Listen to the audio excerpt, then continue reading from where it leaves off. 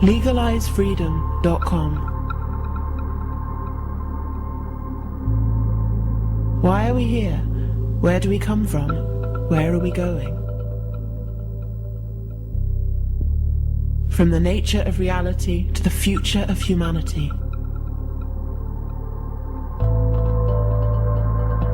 Beyond politics, poverty and war. LegalizeFreedom.com.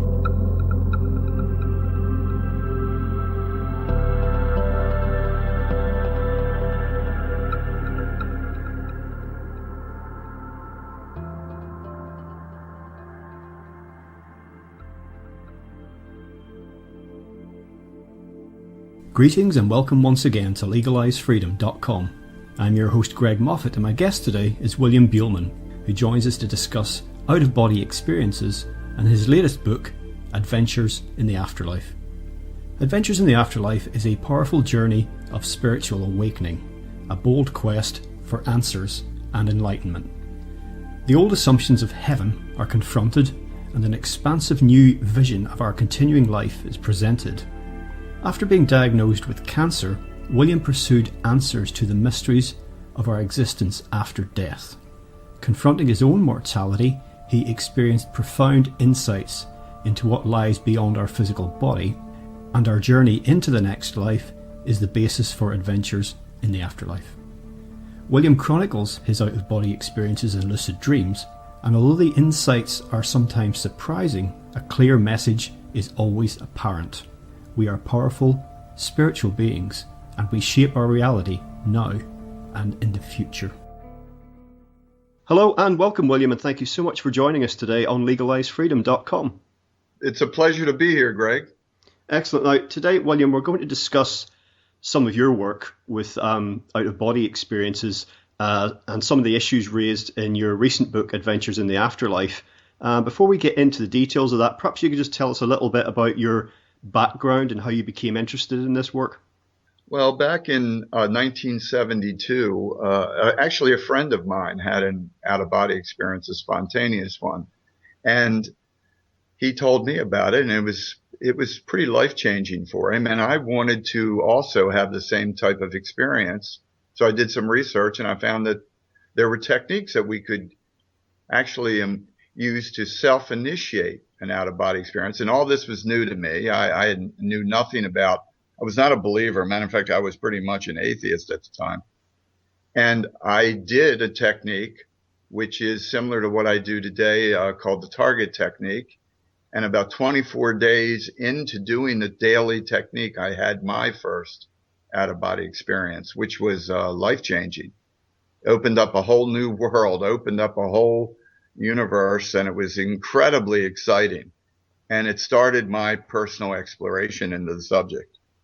In recent years, William, you had a major health issue arise, and perhaps you could say, how has that overlapped with the out-of-body work, and how has your personal experience actually changed, yourself in regard to your work and also just your personal outlook?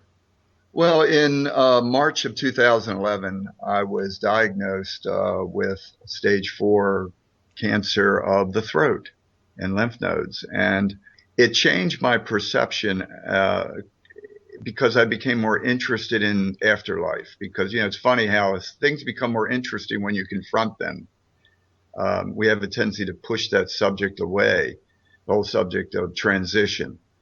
And I became more interested in learning more, what are the answers? I wanted to know what happens.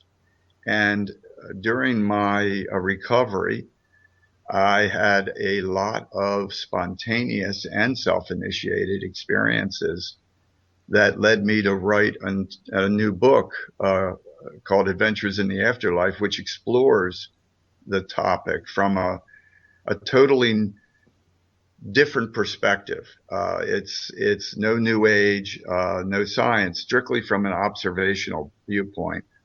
What I experienced when I was in altered states of consciousness and during out-of-body experiences that I experienced during recovery.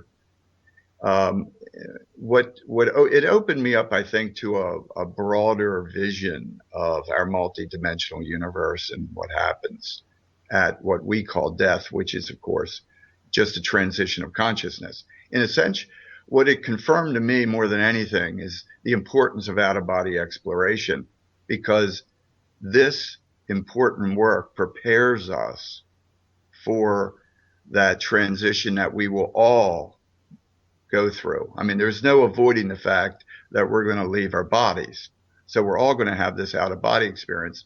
And the more prepared we are, I feel strongly, let's just say, the more enlightened that transition can be. The higher realities, let's say, we may be able to access, because we live in a multidimensional universe. And most people limit themselves by their beliefs. So it opened up a wider world for me. And it was an exciting time where I had an opportunity to learn from personal experience about what we will all confront.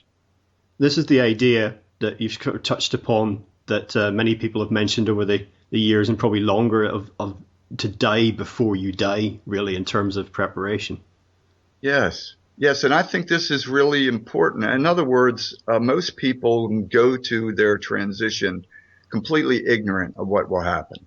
And they're also very fearful, and because our society, our religions, does not provide any real guidance that's meaningful. There's a lot of hoping and praying, but that is not knowledge. That is not guidance. That is not really preparing anyone for this transition of consciousness that all of us will certainly experience. So I feel it's incredibly important that we gain the knowledge we need. And this knowledge can be gained through out-of-body exploration, because it obviously gives us that first-hand experience of what people call the other side. But it gives us an opportunity to enter in full consciousness the multidimensional universe that we all dwell within, and to begin to become comfortable with our energy body. Because during the transition, after the transition, we're entering, the rules of the road change. We're in a less dense energy body. And there's so much that needs to be learned.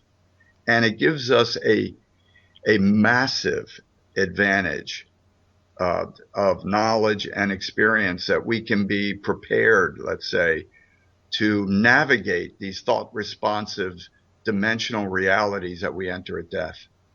Now, prior to your diagnosis, to what extent were you interested in questions of the afterlife, or was your previous research, basically centered on the out-of-body experience without necessarily addressing questions of transition at death?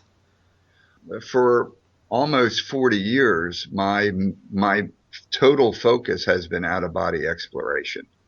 And I touched on one of my books, Secret of the Soul, about transition and about how different ways that we can approach it, but not as much from a first-person standpoint. What I found interesting is that during the last 2.5 years especially, I received a personal confirmation that what I wrote in Secret of Soul is absolutely correct. We live in a multidimensional universe, and this physical world is like the epidermis layer, for lack of a better word, of the universe. And when we make the transition of death, we're just shedding the outer crust of our own consciousness and moving inward into a less dense, more thought responsive dimensional reality that exists right here, right now. We just don't see it. And it gives us that preparation that is so critical, I think, for us to, let's just say, move to enjoy the full potential of our non-physical or spiritual essence. Obviously, I hope that you had what you would characterize as a good experience with dealing with the cancer. But in general terms, and this relates to your work most definitely, that modern medicine does tend to ignore the non-physical. And in terms of our well-being, it barely acknowledges psychological elements. Someone goes to their GP and they're referred to a psychologist. It's seen as somehow less of an issue than someone who's got a physical ailment. And in dealing with the body, you mentioned, energetic aspect of this, and that's what the modern medicine, mainstream medicine anyway, in the West, it completely overlooks. Yes, unfortunately, that's true. Modern medicine still focuses only on the physical. There are some exceptions now. In America, they're starting to open up to the idea of energy work and even Reiki as a healing modality. But in general, that's very true. That's why I think this work is so incredibly important, because it opens us up. We have to take responsibility for our transition. There's an old saying that we arrived here alone, we exit alone. And we, and only we, each of us as individuals, have to take total responsibility. It's up to us to learn about what's going to happen. It's up to us to become educated. It's up to us to prepare our state of consciousness. And we can't depend on the medical community to do much except keep us comfortable, essentially. Let's face it, the healing comes from within. And I think that's an old adage that's been around for a long, long time. And what the physical medical community does is just essentially remove tumors and do things like that can allow healing sometimes to occur. But it's as we open up to our multidimensional self, I think that's where we can tap into that healing that can occur and that can assist all of us to, let's just say, heal quickly. I can use myself as an example. I healed very quickly. I was diagnosed in March, and I was back doing 6-day workshops in October, or actually September. I mean, it was even though it was a serious, I had a full neck dissection because I had a large tumor in my neck. But even with the trauma of the experience, I still healed very quickly. And I think that's due to that opening up our inner healing ability, that I think out-of-body experiences enhance that dramatically. And so does other practices like meditation, anything that opens us up to these inner channels that exist within us, our energetic potential, let's say. It is a huge step forward that eventually science will catch up to. Well, there is some evidence now that, science and spirituality, the two things that were so far apart for so long, that there does seem to be a convergence happening now. And we're hearing terms like spiritual science, which was Rudolf Steiner's idea, wasn't it, 100 years ago? And there are a lot of exciting things happening. We've got a long way to go, but cutting edge science is certainly taking us in directions that I think are very encouraging and are more about coming together of different strands and traditions that really should never have been separate in the first place.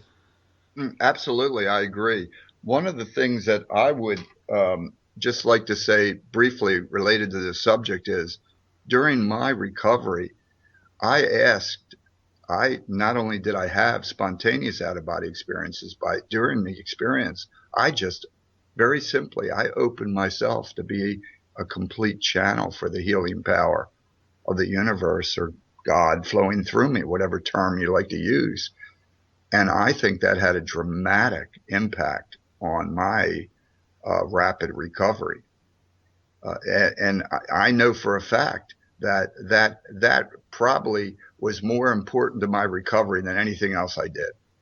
And I even write about it in the new book. I talk about floating in this chamber where these vibrational energies are all around. And that's exactly what I experienced. And it's not like I created it. I'm not saying that I didn't consciously create this healing environment. My higher self or spiritual essence created this healing environment because I was open and receptive to it.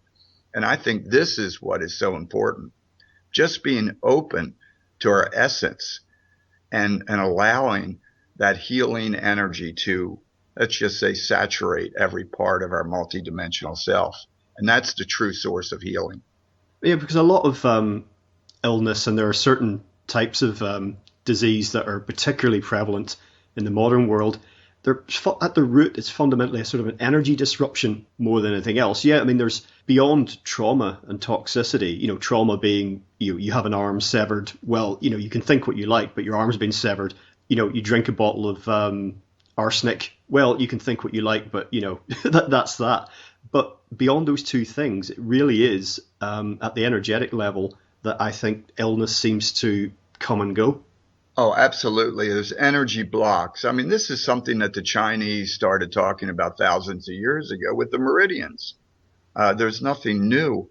Actually, it's just an older, let's just say it's an ancient practice of as above, so below, that there's energy. We are energy beings. Even quantum physics says that. There's nothing solid in the universe. So, as energy beings, as consciousness, we have the ability to influence our physical self. And I think it's just common sense to me. And unfortunately, I think the source of many illnesses today are energy blocks and disruptions that because of, let's just say, lack of our core self, lack of our multidimensional essence. And with so many people in a materialistic society totally focused on their body, instead of focusing inward to the energetic source that lies within them. We mentioned earlier your latest book, which is Adventures in the Afterlife. And the first section of that, we can sort of say it's fictionalized account. And you've come up with this character, Frank Brooks. And the first part of the book tells the story of his journey in the afterlife, what happens to him, what he experiences after physical death. Now, it was most interesting reading it because as you go through it, you get an impression of what you think is happening to this guy, and then it suddenly changes. And it's actually very entertaining in that way. For example, in the early stages, Frank arrives in what appears to be heaven. It's picket fences, flower beds. It's a very pleasant life. But he discovers quite quickly that it's actually a very controlled and limited environment, and that the place he finds himself in is not the end.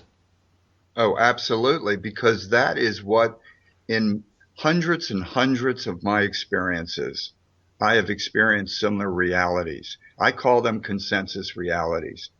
At death, people go to the reality that conforms to their concepts of a physical-like reality.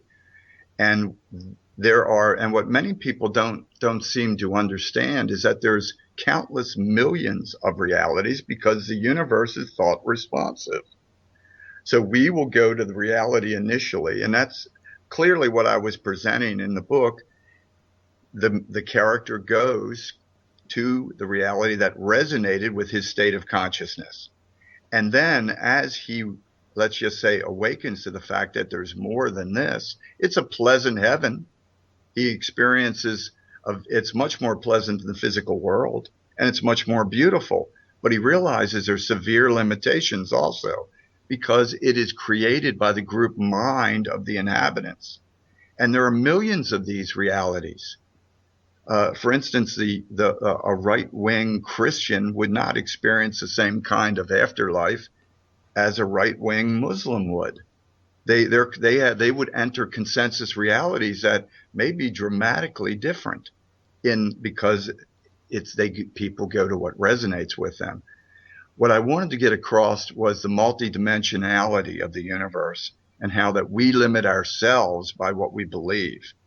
And once you open up to the totality of yourself, you can begin to experience the full beauty and spectrum of our magnificent universe and it's all for us. But people limit themselves, and that's what I really tried to get across in a dramatic way. That's why on page 7 I had the main character dying. I wanted to get across a gut feeling of this.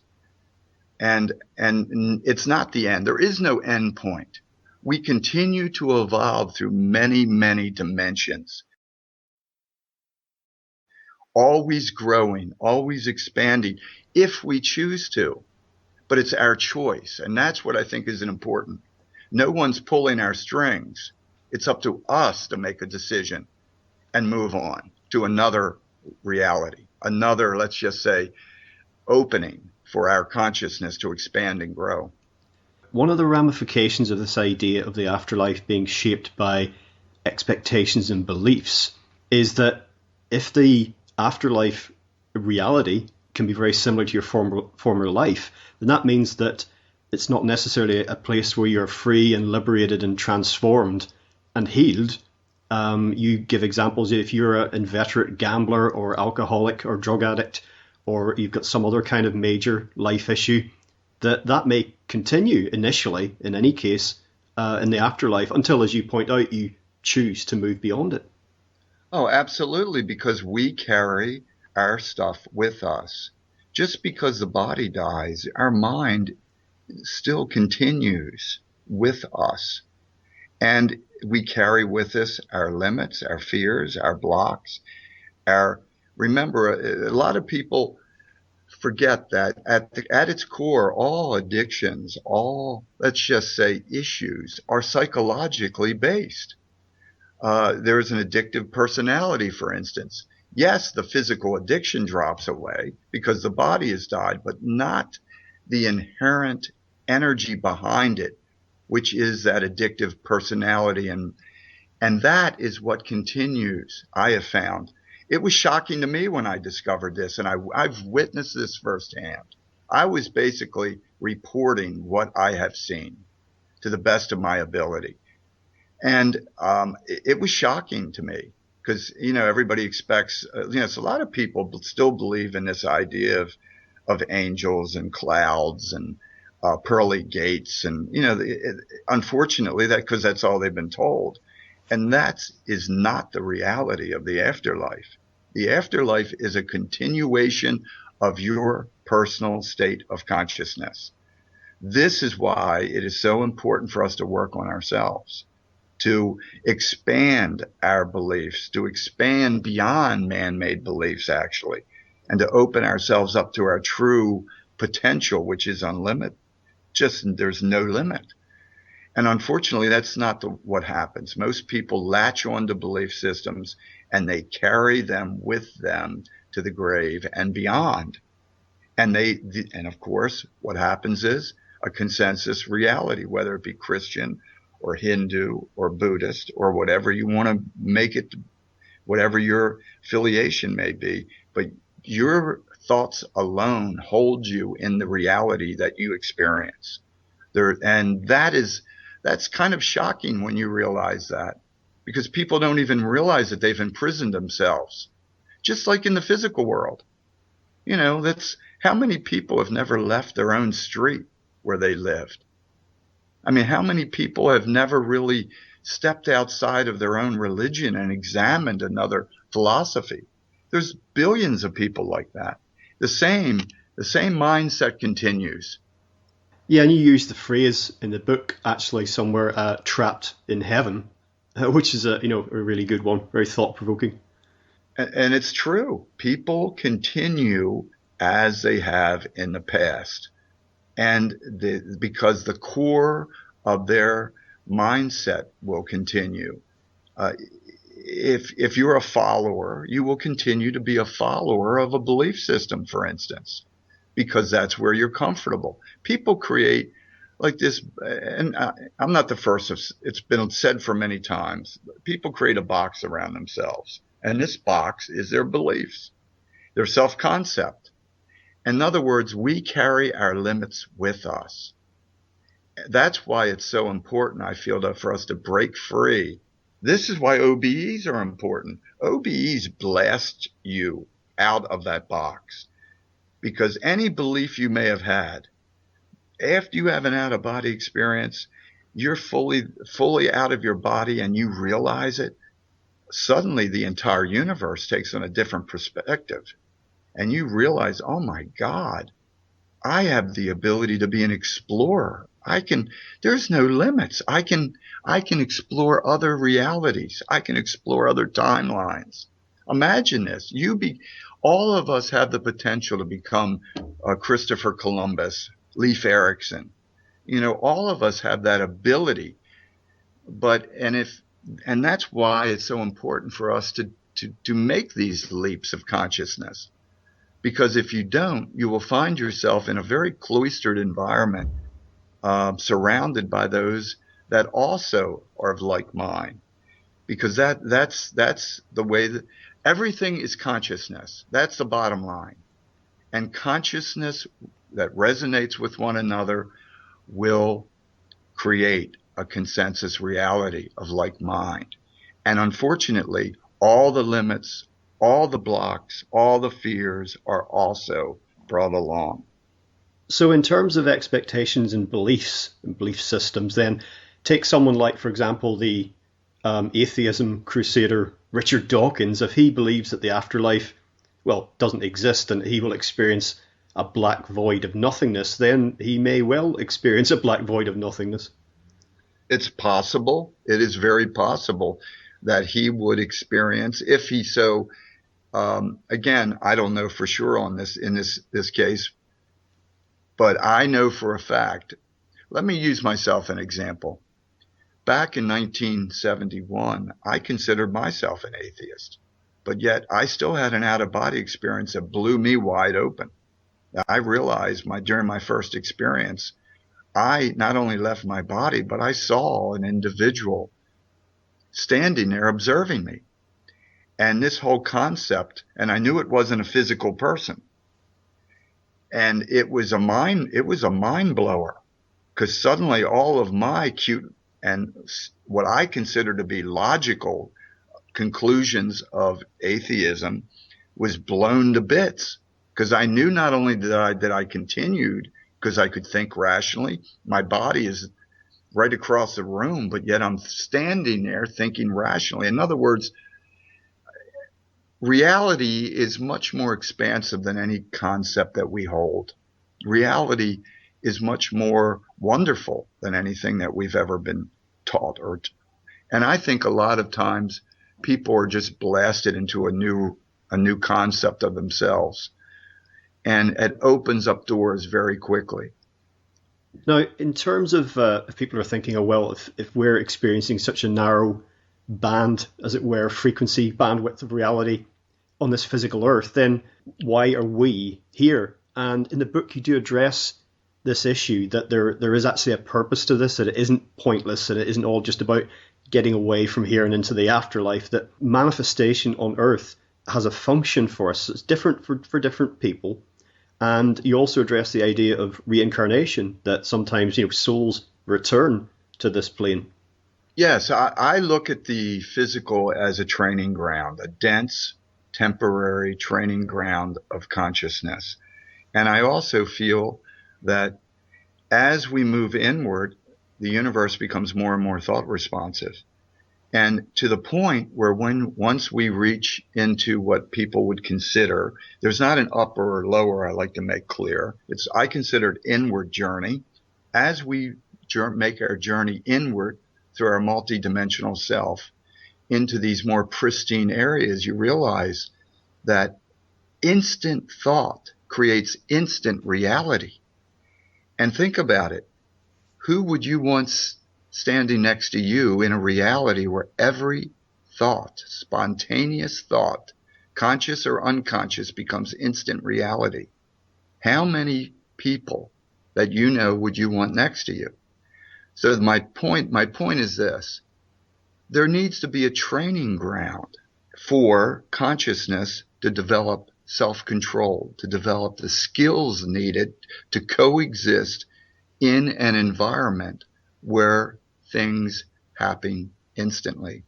And I feel strongly that the physical and the astral worlds, but especially the physical world, was specially designed to essentially allow the young, or if you wish to call it the young, undisciplined souls or consciousness to exist in an environment where they are more or less cloistered, separated, and in a slowed down molecular world. And that's what the physical world is. It's a slowed down molecular world where thoughts, let's face it, for us to create, we have to focus. We have to really focus to create. And that's part of the training ground.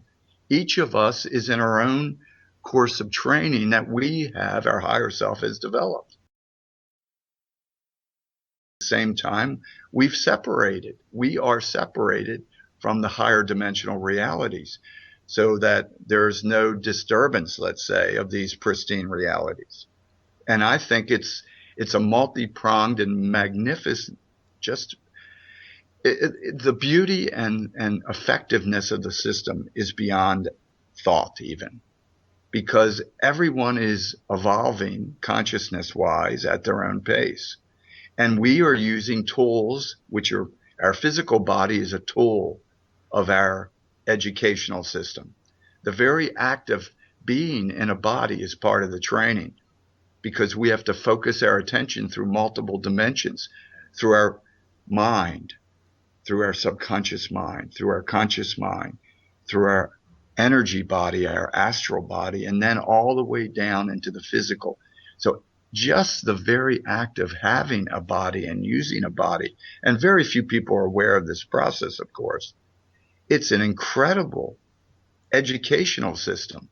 Every moment of every day, you're operating a biological body, which is essentially a vehicle of consciousness. That's truly what it is.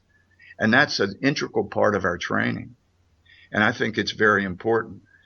And this is one of countless training grounds, because there's millions of planets, there's millions of different life forms, and they're all being used as a tool for consciousness to evolve itself so it will be, let's just say, prepared to enter the pristine thought responsive environments of the inner dimensions.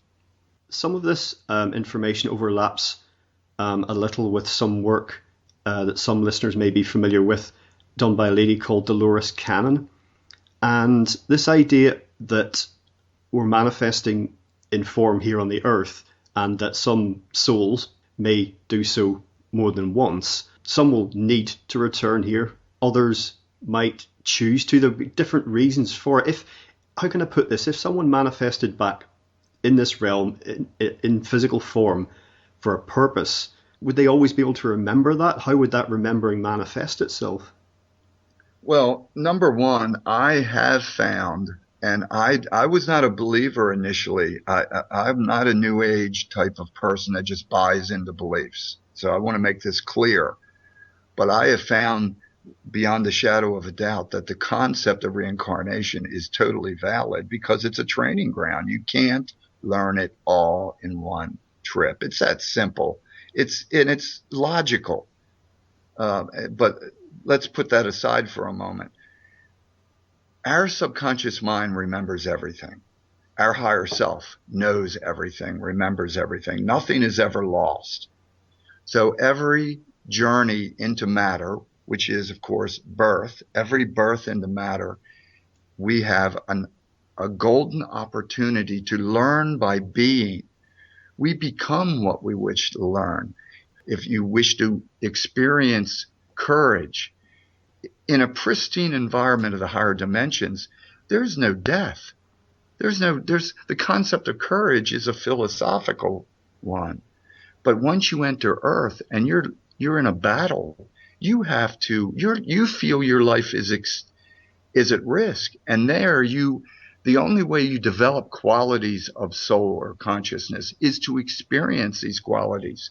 So in the middle of a battle, and you save your friend next to you by risking your own life, you have experienced courage.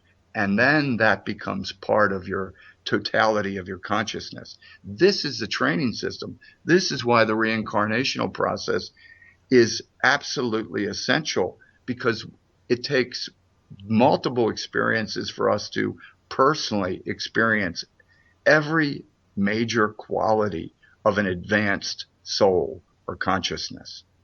And you can only gain that through personal experience.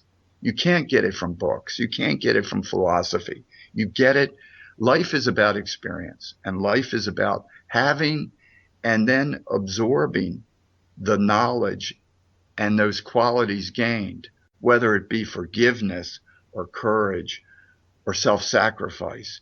that is gained through personal gut-wrenching experience. And that's what all of us are doing here, but very few people realize it.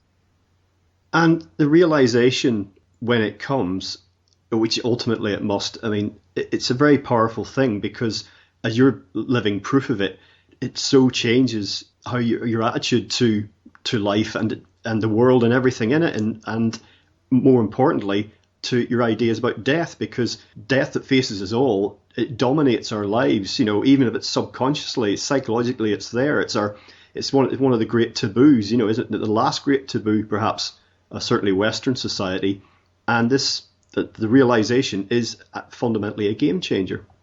Oh, absolutely. It's unfortunate that the concept of death is, especially from a religious standpoint, has remained stagnant for 2,000 years.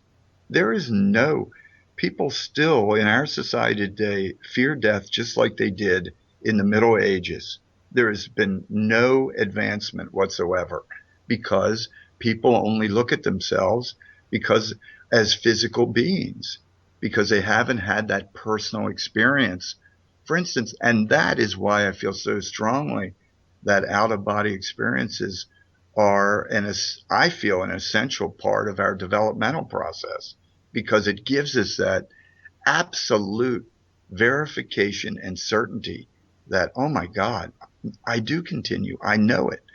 The fear dissolves. and I know it's easy to say this, but I mean it sincerely, I have no fear of death. I have none, because I know it's an illusion. I know from 1,000 out-of-body experiences that I will continue.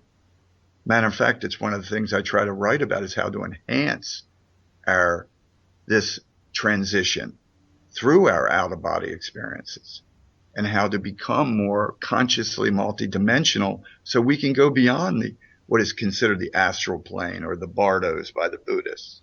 We have the ability to dramatically not only remove fear, but to expand the journey of consciousness at this transition of death, and go beyond the consensus realities that is so prevalent within the astral world, the astral dimension, and what, of course, the Buddhists call the bardos, which are what I call the consensus realities.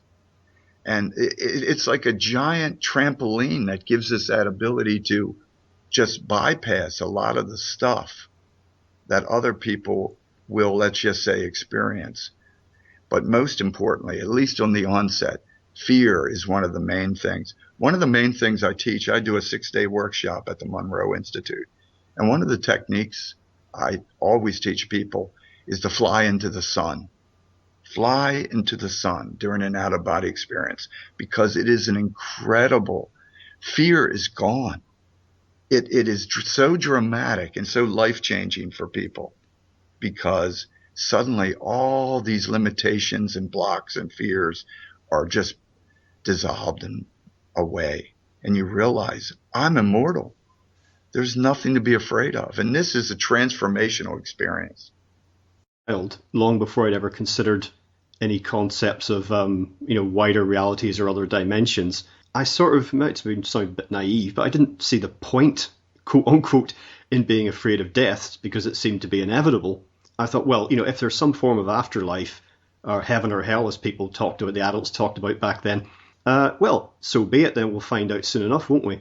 And if there is the aforementioned black void of nothingness, well, then you won't be conscious of it, But I think that being the case, what gets most people is more the idea. It's not so much that one day the lights will just go out, it's the death of their ego, because they're so identified with it. Just the idea of them, the ego identity, not being here anymore, and that what they've stood for in this life would be annihilated forever. That's the idea, I think, that haunts people the most.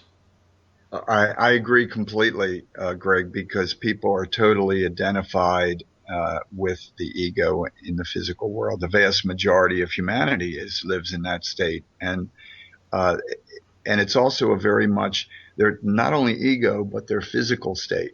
So it's a double negative in a way. Not only do you think that you're a physical body, but you think you're your ego, this temporary creation of the mind. And what you find out quickly, and this also applies to meditation, but I think it's often more dramatic during an out-of-body experience. You're blasted out of that state often. Not only do you realize suddenly that you're standing next to your body, that, oh my God, I'm certainly not my body. So what am I?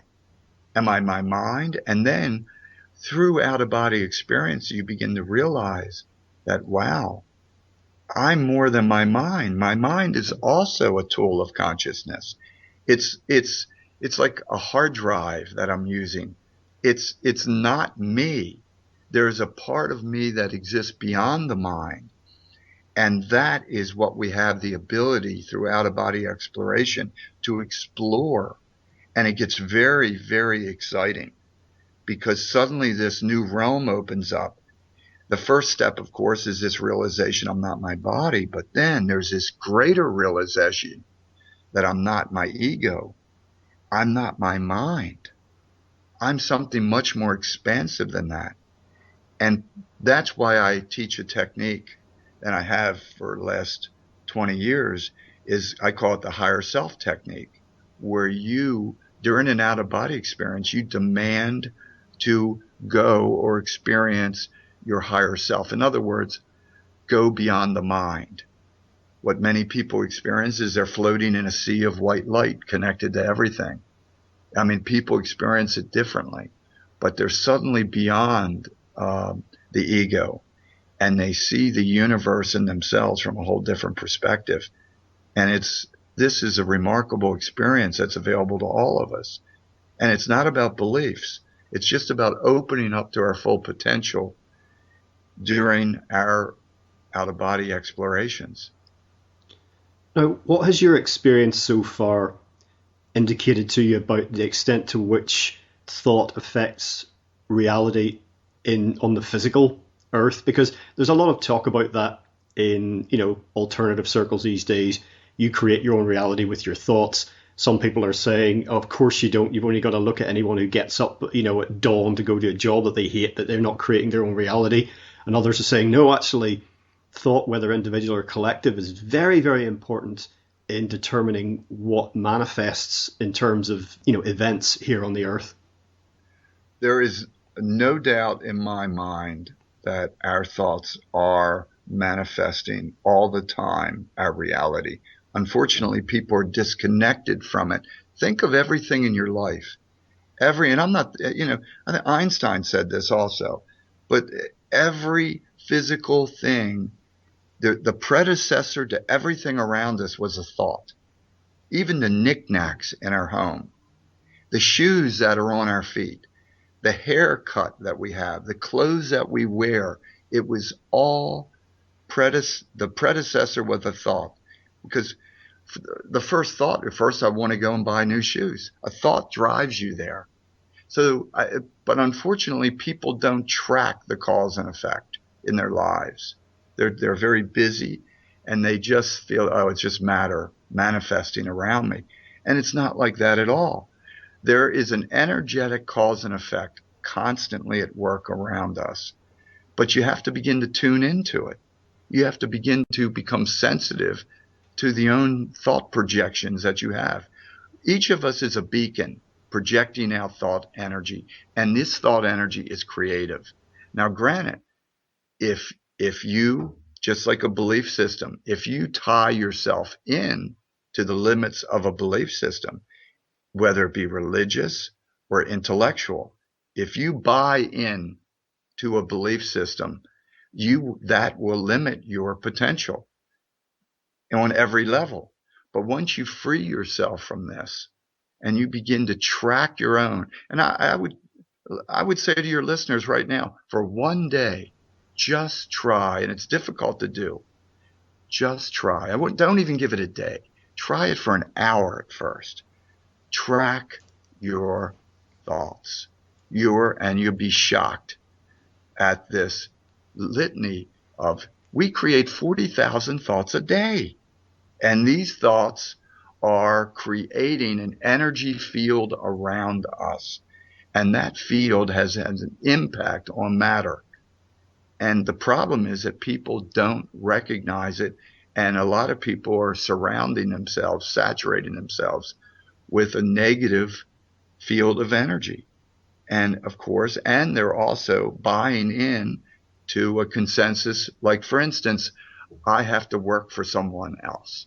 That's the only way, but yet all of us have the potential to be creative and create something new. But some of us break free from that. My point is, try it. Track your thoughts. Look around your own environment, and you will come to the realization that your thoughts have brought everything around you, your relationships, your job, your health.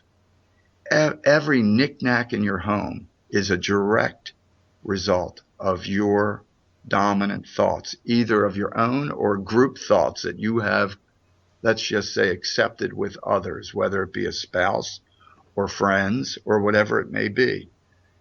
But I feel that's what we're here for, is to begin to gain control, begin to acknowledge and recognize that we're powerful, creative, spiritual beings, and that we are the creator of our reality.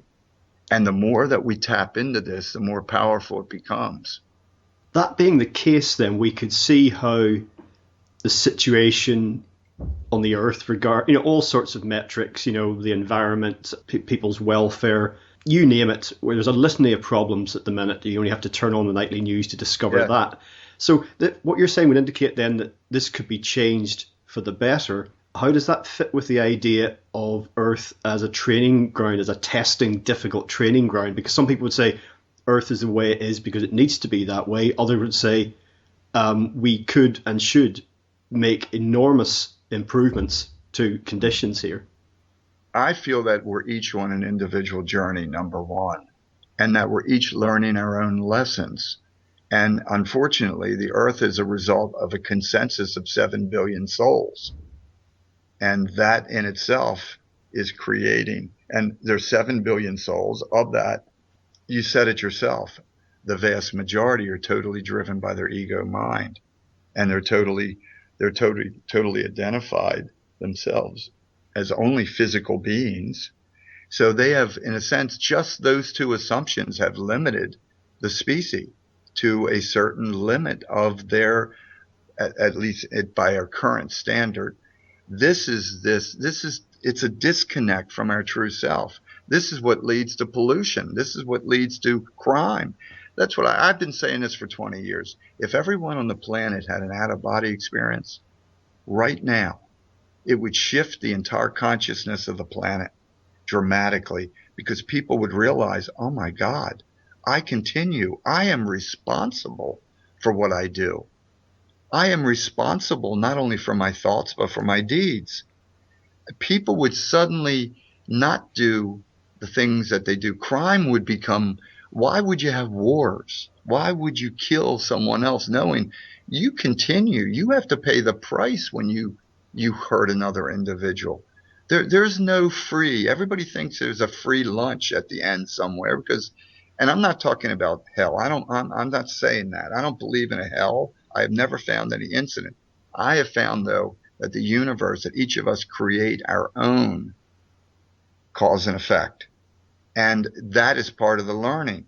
My point is that through out-of-body exploration, we get this viewpoint that, oh my God, I am completely responsible for everything that I say and do. If I harm the planet, if I pollute the earth, if I steal, I'm stealing from myself, because we're all interconnected. If I harm another, I'm harming myself. And this is a dramatic shift of consciousness that would suddenly elevate, I feel, the entire consciousness of all 7 billion people on the planet.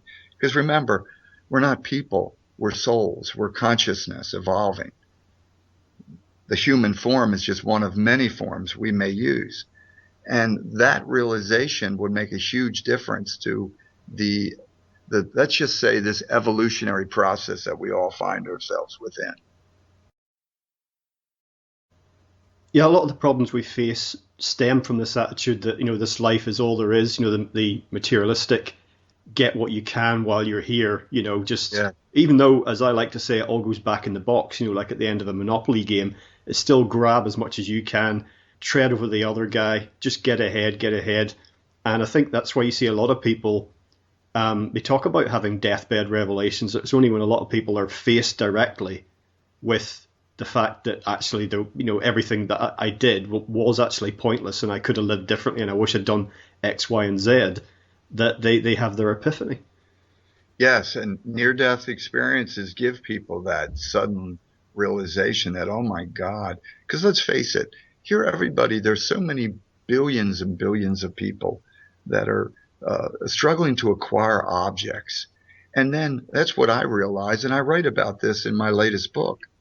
It became very clear you can't take any of that crap with you. It's meaningless dribble. All of it. Everything that people, they'll work a lifetime to achieve a bunch of stuff that they can't take with them. And then it hits you, oh my God, there's more to life than this. There's more to life than having a car and a big house and these, some people struggle to have awards and recognize. None of that matters. And suddenly the light bulb goes off that, oh my God, I have to start really working on myself and improve myself and because the only thing we take with us is our state of consciousness. That's it. That's the only thing that matters. So that's what's important to really focus upon. And that's why I feel that meditation and out-of-body experiences and the work that the Monroe Institute does is so important, because it's all about elevating, expanding our individual state of consciousness. Now, I have often wondered, what is the nature of the force that seems to be set against this? Is it real in any sort of independent way, or is it just another manifestation of that some souls are bringing into being? I feel strongly that it's ignorance of our self. It's not an external force. I've never seen, in my 41 years of having out-of-body experiences, I've never encountered anything like a devil or Satan or anything like that. Never. It's the ignorance of our own self that creates the problems in the world. It really is. Wars are created by just the egomaniacs, let's face it, that are totally disconnected from their true essence of what they are. And they're focused on the acquisition of land, or often throughout history. Let's face it, like World War II. Germany expanded. They wanted to expand their land. They wanted to expand then the power, land and power. And then you realize, once you get more in touch with yourself, these land and power mean nothing. They're less than transitory. They're meaningless, because all of us continue on the same journey. All of us continue. We're all immortal, powerful, creative, spiritual beings, and we all continue. Well, I've noticed as well, I don't know if you've read anything about transhumanism, but some of the sort of dismal, dark suits, the people operating in the shadows, who I was thinking of in a previous question, seem to be very obsessed with life extension and with, only eating certain types of food so they can try and look as good and live as long as possible. And who wouldn't want to have a long life? But it has to be a good life too. And it does rather seem to be missing the point. Well, I think so too. A lot of the core issues, the same applies to science. There is an obsession with the body, because they have bought into this concept that this is the center of reality, and that this is what reality is. It's the only thing it is. Even in science, you see this with the superstring theory, where reality has nothing to do with physical. The physical is a dense, thin, it's like the crust of an apple. I mean, that's all it is. Reality is not created by matter, and matter is not a good point to even compare reality to. It's the end result of a chain of energetic events. My point is that most of the problems in the world are created by the focus this singular focus that matter is the source and heart of all reality and of my true self. And nothing could be further from the truth.